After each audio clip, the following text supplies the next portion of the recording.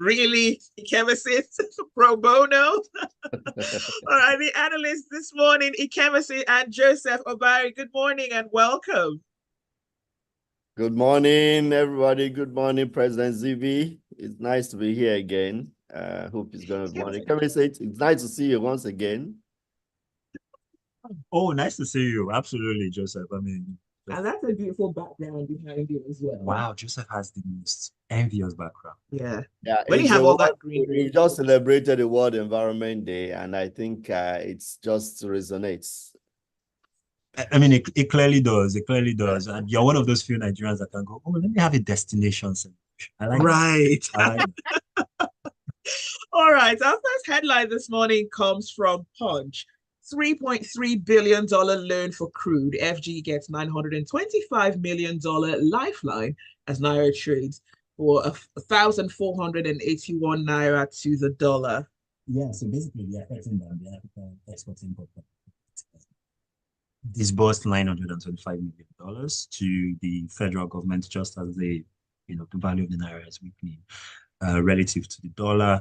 And this is a bit concerning for me, but we'll have that discussion in a minute, to boost Nigeria's forex market and help it meet its dollar obligations. So this is part of sort of like a wider package. There is a $3.3 billion crude oil backed prepayment facility, which is sponsored by the Nigerian National Petroleum Company, right? So this is a disbursement under that facility. And basically what it means is for a certain amount of crude delivery, we get advance payments, right, in dollars. The question, I mean, I have a problem with, resource-backed deals, the record of their effectiveness in terms of ensuring fiscal stability and actually empowering countries to sustainably develop and grow their economies is checkered. And particularly here in Africa, there are a number of countries that are doing this. Ghana is doing this with cocoa. Zambia is doing this with copper, right, as well. Their track record of actually delivering is worrying. And this particular disbursement and what it's meant for is sort of emblematic of that. Because oftentimes, when these governments get these monies in advance, they're typically not applied to things which are economically sustainable, things like infrastructural development, investing in health, investing in education, and all of that. The government right now has just gotten almost $1 billion to do what? Defend the value of the Naira, meet forex obligations.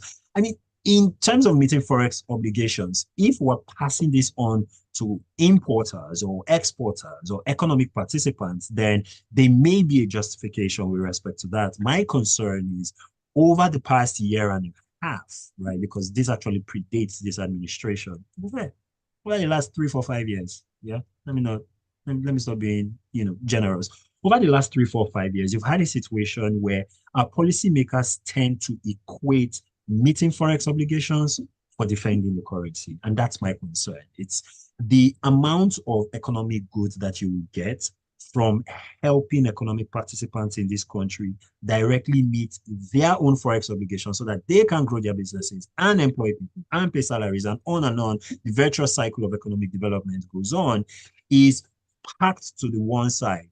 And ensuring the Naira doesn't get to a particular value, which, as we have seen over the past year, the currency seems to bust through eventually, right? And that's the worry for me. All right, thanks, Ikemesit, for that. You can let us know what your thoughts are. The WhatsApp number is 0809 444 0981. You can tweet or X at Smooth981. And we're also streaming live on our YouTube channel at Smooth981. So you can catch the live stream and you can also post a comment on there. Next headline comes from Vanguard. CBN will implement bold reforms that make economy work. Well, and this is to Cardoso. Yeah, we've had these commitments coming from the central bank governor several times. And in real terms, we've not really felt this because we have a runaway inflation that people can't afford to live their lives. Everything is in a chaos. So yeah, fiscal policies, there's a departure from what it used to be, where you find the central bank was virtually doing everything, interventions here and there. there has been that shift from the previous governor, which saw so many backlashes. But in real terms, what does this translate to the ordinary man on the street? What does this mean? I mean, Ikemesit has just spoken about the forex policies. How effective have they been? You can't, no matter whatever, even within the list approved by the central bank on how you can access forex, it's there is no guarantee that you can, like an investor, a manufacturer going to the bank and say, I want funds for forex for me to import stuff. And there's no guarantee that you're going to get it.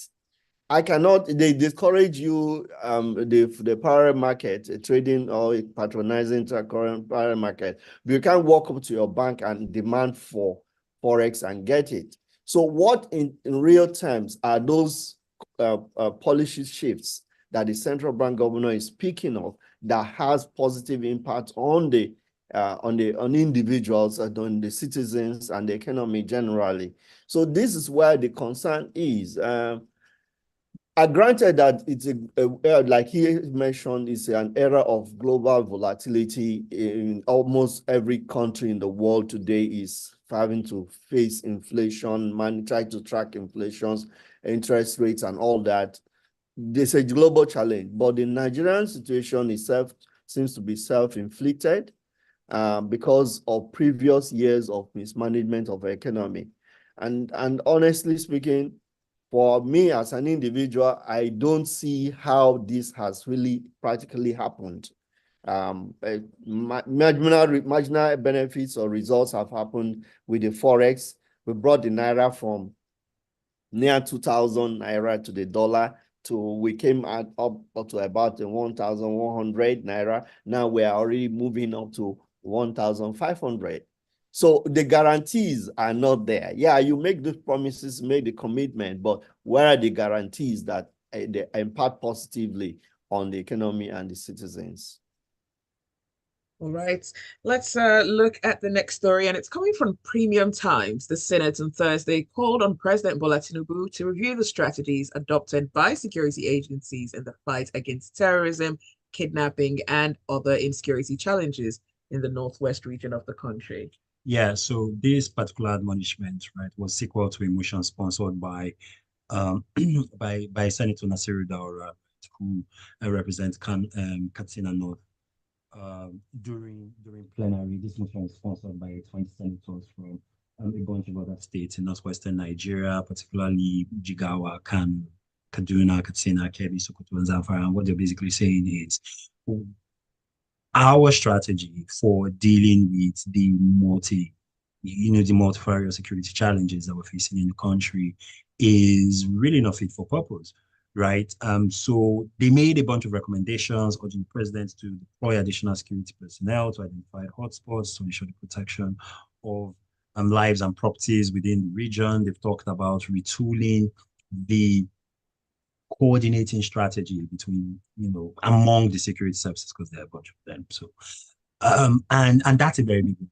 And that's one that anytime I discuss security right now in Nigeria, it's one that I want to emphasize. We still have a situation where, and I'm going to say this till I'm a broken record, where 15 plus years into dealing with the insurgency in the Northeast, and then, a couple of years before then, the militancy in the Niger Delta, after then, the spate of kidnapping, which basically blanketed, right, the entire country. I heard a very worrying story yesterday from Enugu where you know someone who so a friend of a friend, right, was to bury his father outside the country for some reason. He couldn't make it back, right? So he didn't attend his father's burial, but his father's assistant, right, at his business, who interestingly shares the same name with the friend of a friend, right, was kidnapped 2 days after this guy's burial because they thought he was the one that was coming from their abroad, right? So, those stories multiplied and spread right across every state, right across practically every local government of the country.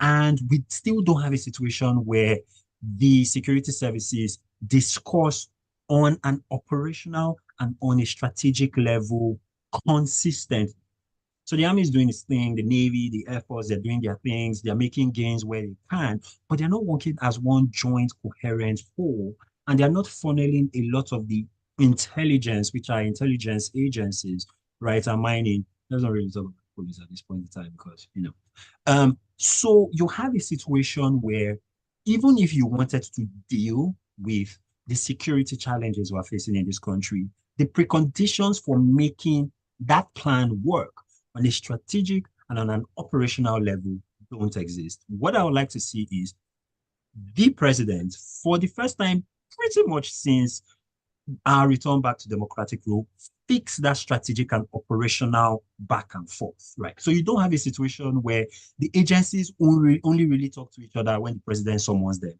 and there's a meeting of the service chiefs. That has to change. First and foremost, before we talk about, whatever strategic trust, whatever operational challenges you want to address, or whatever kits, whatever ammo, or ammunition, right, that you need, fix the fact that the people who are supposed to manage security in this country don't talk to each other. Then we can proceed. All right. Joseph, did you want to add anything to what Ikemesit said? Yeah. I think the major problem is that the sincerity of purpose of even the agencies is called to question because what we've seen over the years is that it does appear that insecurity in itself has become a business. So people, that's why you have the silos, because everybody's protecting something that he benefits from. And if it feels like if he collaborates with other people, it's going to cede that control to somebody else. So until we have people, and I don't know when it's going to happen. We saw it in the Niger Delta, where protection for oil production became an security industry issue in its own, because it was to the benefit of some people that insecurity in the area was perpetuated. So you find people who are benefiting from insecurity in Nigeria, and nobody is addressing it. Unfortunately, it's the same people who are supposed to address it, but they are the ones who are actually entrenched in it. And so we have leeches all over. It's terrible. It's something that I don't know. Insecurity is actually becoming intractable in Nigeria because of the corruption that is in the fight against insecurity. All right, thank you, Joseph. Let's look at a few messages coming through. Orof says, as for accessing FX from the banks, it's gradually easing up. So yes, manufacturers and core are beginning to assess FX. You may not get the entire value at once, but in tranches, at least you get something. It's spot on information as ideal in that space. Adeboyega says, I'm here, Adeboyega. Thank you. And yes, I'm enjoying the rains. Well, sometimes. Dan Okuda says, the CBN, exactly. The CBN governor's performance so far has been less impressive. He needs to re-strategize. And Anthony says, let's not start muddling things up at this point. When the CBN says more reforms to develop economy, can you help us analyze just one policy so far from the CBN under this administration that has impacted the economy positively? I hope we're not going over the deceptive rhetorics all over again, that someone will start telling us what we don't know after 4 years. Aderemi says kidnapping doesn't happen in every state and every local government of the country. We don't have to over exaggerate to make a point. Well, according to security reports. And at this point, kidnapping has probably happened every it's almost everywhere. Let's face it, almost. Yeah, it may not happen in your village, but it's happening almost everywhere every day. So Rezi. All right, let's look at the next headline, and this is coming from Punch. But you know what? We'll hold that and take that headline and more of your messages on the other side. It's freshly pressed on Smooth 98.1. Stay with us. No, it's incredible. It's incredible how much people can go to defend government. Sorry? Okay, let me increase this. Okay. No, I was saying that it's incredible how people just blindly support government for just any reason. I mean, it's just crazy. I mean, kidnapping is happening in every state. Like, no one is dead. A lawyer friend of mine, he was supposed to send me a document on last Saturday. And then I didn't hear from him. He was going to review the document and get back to me, blah, blah, blah. I didn't hear from him again until about Monday. And he calls me and tells me that soon after I left, he finished the call with me. He got a call from his mother that his uncle had been kidnapped. Wow. And that right now he just dropped 50 million naira. Gee, this is crazy. It's ridiculous, man. Outside of Owerri, that he's still there. The hell is going on? Waiting for this uncle to be released. Oh my days. This is just the boundary of Rivers State and Imo. All right. Okay. Man. Listen. It's freshly pressed on Smooth 98.1. It's Zibby here with the analysts, Ikemesit and Joseph. They certainly know the law. And we're looking at the news stories making the headlines across the country. We'd love to hear from you. So please let us know what your thoughts are. You can send them via WhatsApp 0809 444 0981. And you can also tweet at Smooth981. And don't forget, we're streaming live on our YouTube channel. So you can catch that live stream up on our YouTube channel. It's Smooth981. And the next headline is coming from The Nation. Plant trees to mitigate climate change, Lagos urges residents. Well, guys, you really need to check out the live stream, right? Because there's only one part of the live stream that is treeful right now, right? And it's not the studio. No. Yeah. So basically, the special advisor to the Lagos State Government on Environmental Affairs, during a sensitization walk, yesterday was World Environment Day, said that it's essential that we plant trees because they are critical to combat challenges of climate change. Oddly enough, you mentioned desertification and droughts. Not really challenges that are faced in Lagos. I think, issues like erosion, which he did mention, right? Flooding, right, are more relevant to our context. But he did add that Lagosians must properly support the government's effort in greening and restoring indigenous trees towards curbing climate change. I completely agree. It's not often I completely agree with government officials. The one slight tweak that I would make to that is when you want to compel people to change their behavior, as a government, it's always good to mirror that reality. And I think that Lagos can do more, or Lagos could do more, and Lagos should be doing more to create more greener spaces.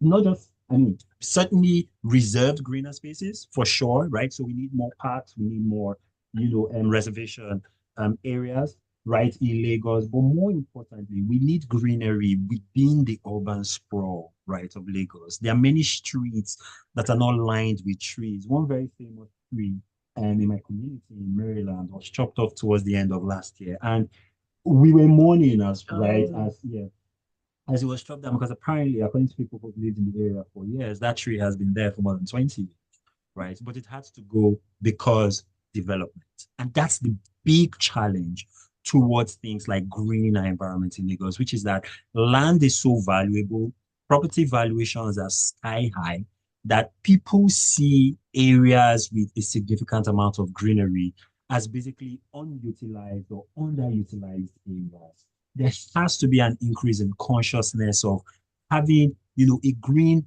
and a serene environment as a goal and as a value and as an end in itself. There are people who do research in this space where they basically rank cities in terms of their levels of greenery. No African city is in the top of global 100. We need to sort that out, right? Nigeria is rapidly urbanizing, right? Our urban growth rate is about 4% a year, is one of the highest in the world.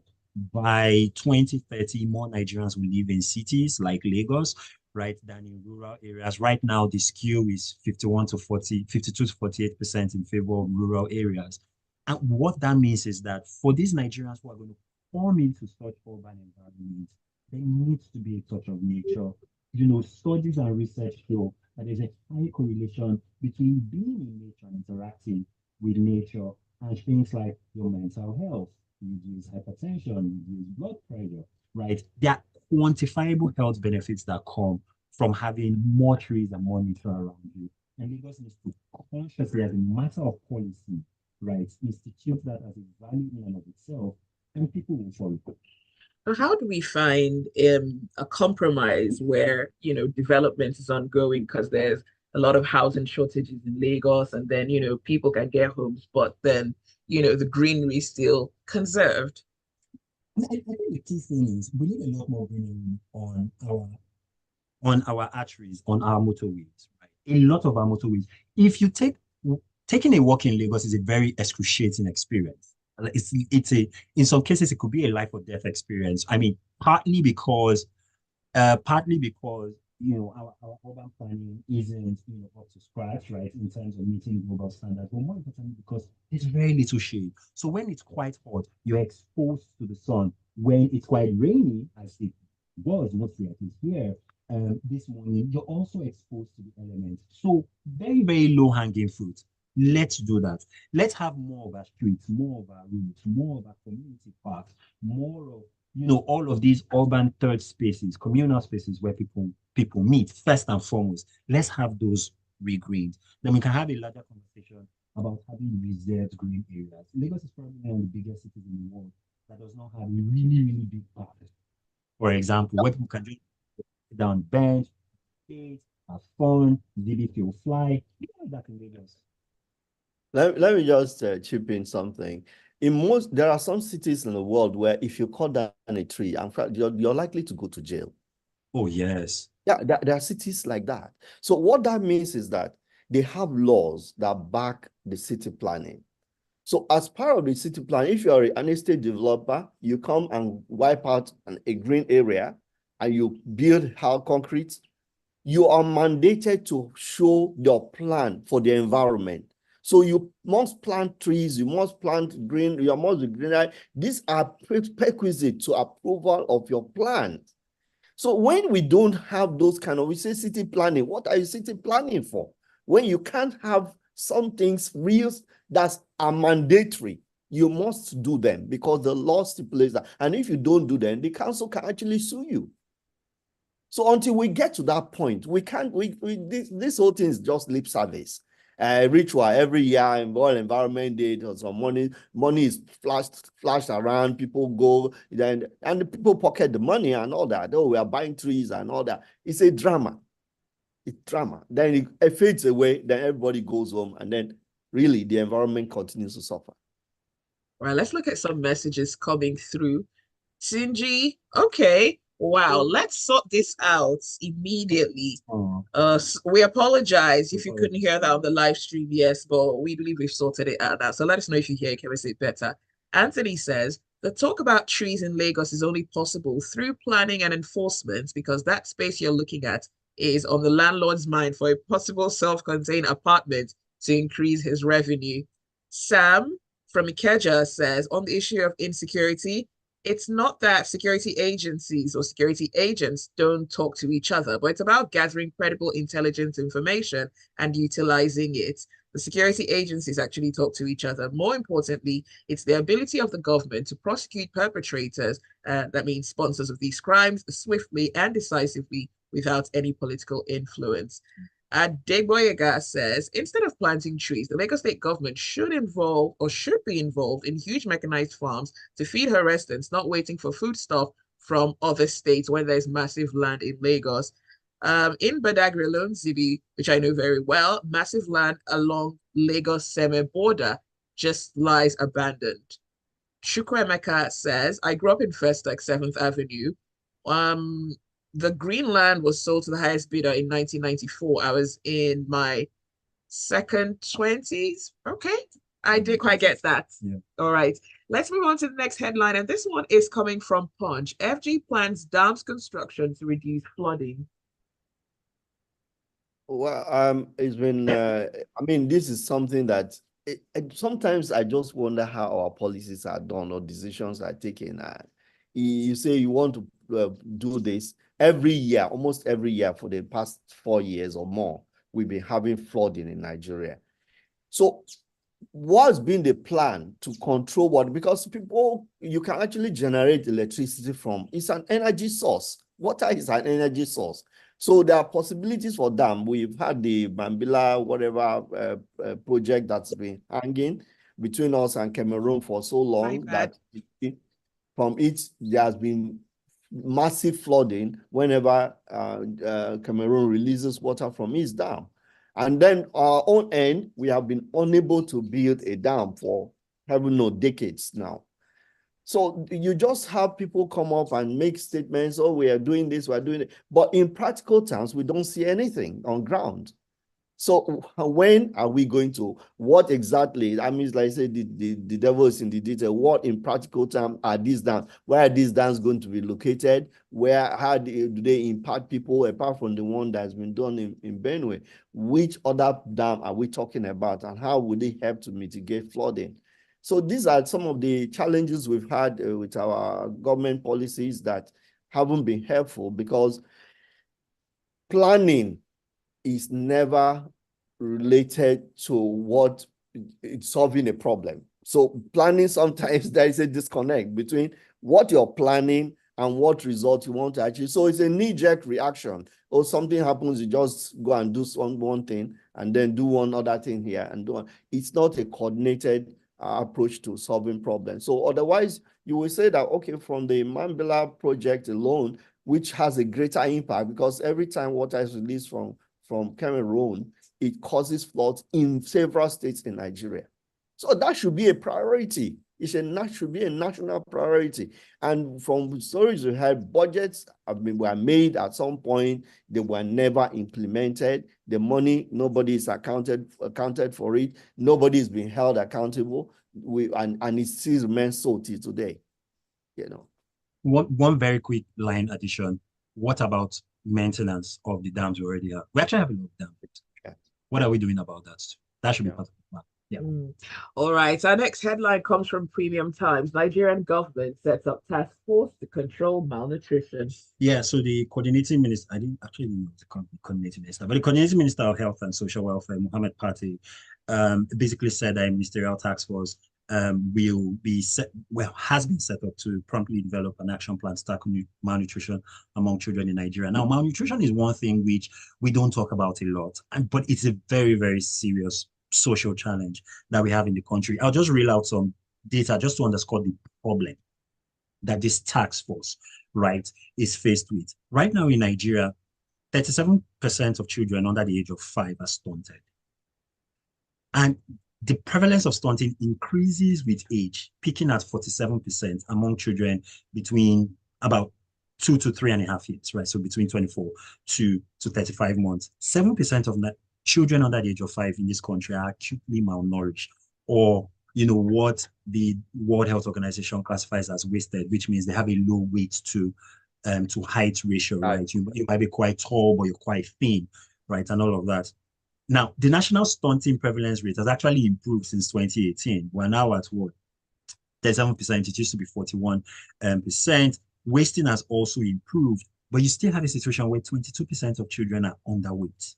And there's a very significant amount of regional variation with this. There are some states that have done far better, right, in terms of child malnutrition, and there are many other states that are pulling us back. I'm not going to go into the details of, which they are. Then a key linkage to this is women's nutrition. It's also suboptimal in Nigeria, right?